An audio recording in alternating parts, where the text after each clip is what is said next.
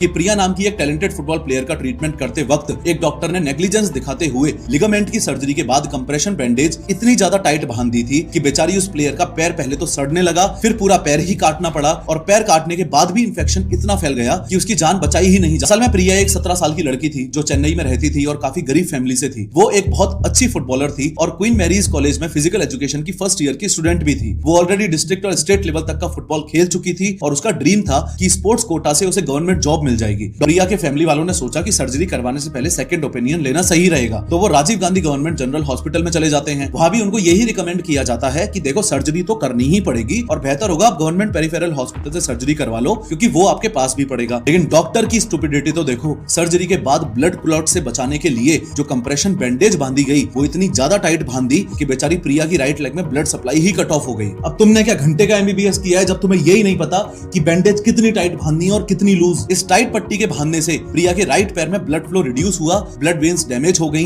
Leg tissues पूरी तरह मर गए और फिर बेचारी की जान बचाने के लिए सैडली उस सक्सेसफुल सर्जरी के 2 दिन बाद ही यानी कि 9 नवंबर 2022 को दूसरे हॉस्पिटल में ले जाकर प्रिया का पैर ही काटना पड़ा। एक इतनी अच्छी फुटबॉल प्लेयर जो आगे जाके इस देश के लिए कुछ ना कुछ कंट्रीब्यूट करती, जिसे फुटबॉल खेलने से प्यार था, उसके साथ डॉक्टर्स ने ऐसा ट्रीटमेंट किया कि वो बेचारी बच्ची अब जिंदगी में कभी फुटबॉल नहीं खेल सकती। पर ज्यादा दुखद बात पता है क्या है? पैर काटने के 5 दिन बाद तक भी प्रिया की कंडीशन में कोई सुधार नहीं हो पा रहा था क्योंकि दर्द कम ही नहीं हो रहा था और डेड टिश्यू शरीर में बढ़ते ही जा रहे थे। इसलिए प्रिया की मौत से एक दिन पहले यानी कि 14 नवंबर को डॉक्टर्स ने सेकंड सर्जरी की, डेड टिश्यूज को क्लीन किया और उसे वेंटिलेटर पर शिफ्ट किया गया। लेकिन इन सब चीजों का कोई फायदा नहीं हुआ और अगले दिन यानी कि 15 नवंबर 2022 को सुबह 7:15 पर ब्लड फ्लो की प्रॉब्लम की वजह से प्रिया की किडनी, हार्ट, लिवर, लंग्स सब फेल हो गए यानी कि मल्टीपल ऑर्गन डिसफंक्शन सिंड्रोम, जिसे MODS भी बोला जाता है। और सुबह 7:15 बजे ही प्रिया की मौत हो गई। अब जस्टिस का सीन देखना कि जस्टिस मिलने के लिए क्या ही तमाशा होता है अपने देश में। देखो 15 नवंबर को प्रिया की मौत के बाद जैसे ही ये मुद्दा मीडिया में आया तो स्टेट हेल्थ मिनिस्टर मा सुब्रमण्यन ने बोला कि ये दोनों डॉक्टर्स जिनकी वजह से प्रिया की मौत हुई उनको सस्पेंड तो कर ही दिया है पर इन पे लीगल एक्शन भी लेंगे और एक कमेटी बना के इंक्वायरी शुरू करवा दी। उसके अलावा चीफ मिनिस्टर M.K. स्टैलिन ने प्रिया की फैमिली के लिए 10 लाख रुपए का कंपनसेशन और उसके एक फैमिली मेंबर के लिए गवर्नमेंट जॉब का अनाउंसमेंट भी कर दिया। ये प्रिया की मौत के जस्ट बाद। ठीक है, अब 2 साल आगे आ जाओ। मई 2024 में पता चलता है कि जिन 2 डॉक्टर्स के खिलाफ एक्शन के लिए उस समय की सरकार ने जो कमेटी बनाई थी ना, वो कमेटी इस नतीजे पर पहुंची है कि दोनों डॉक्टर्स के खिलाफ नेग्लिजेंस का कोई केस नहीं बनता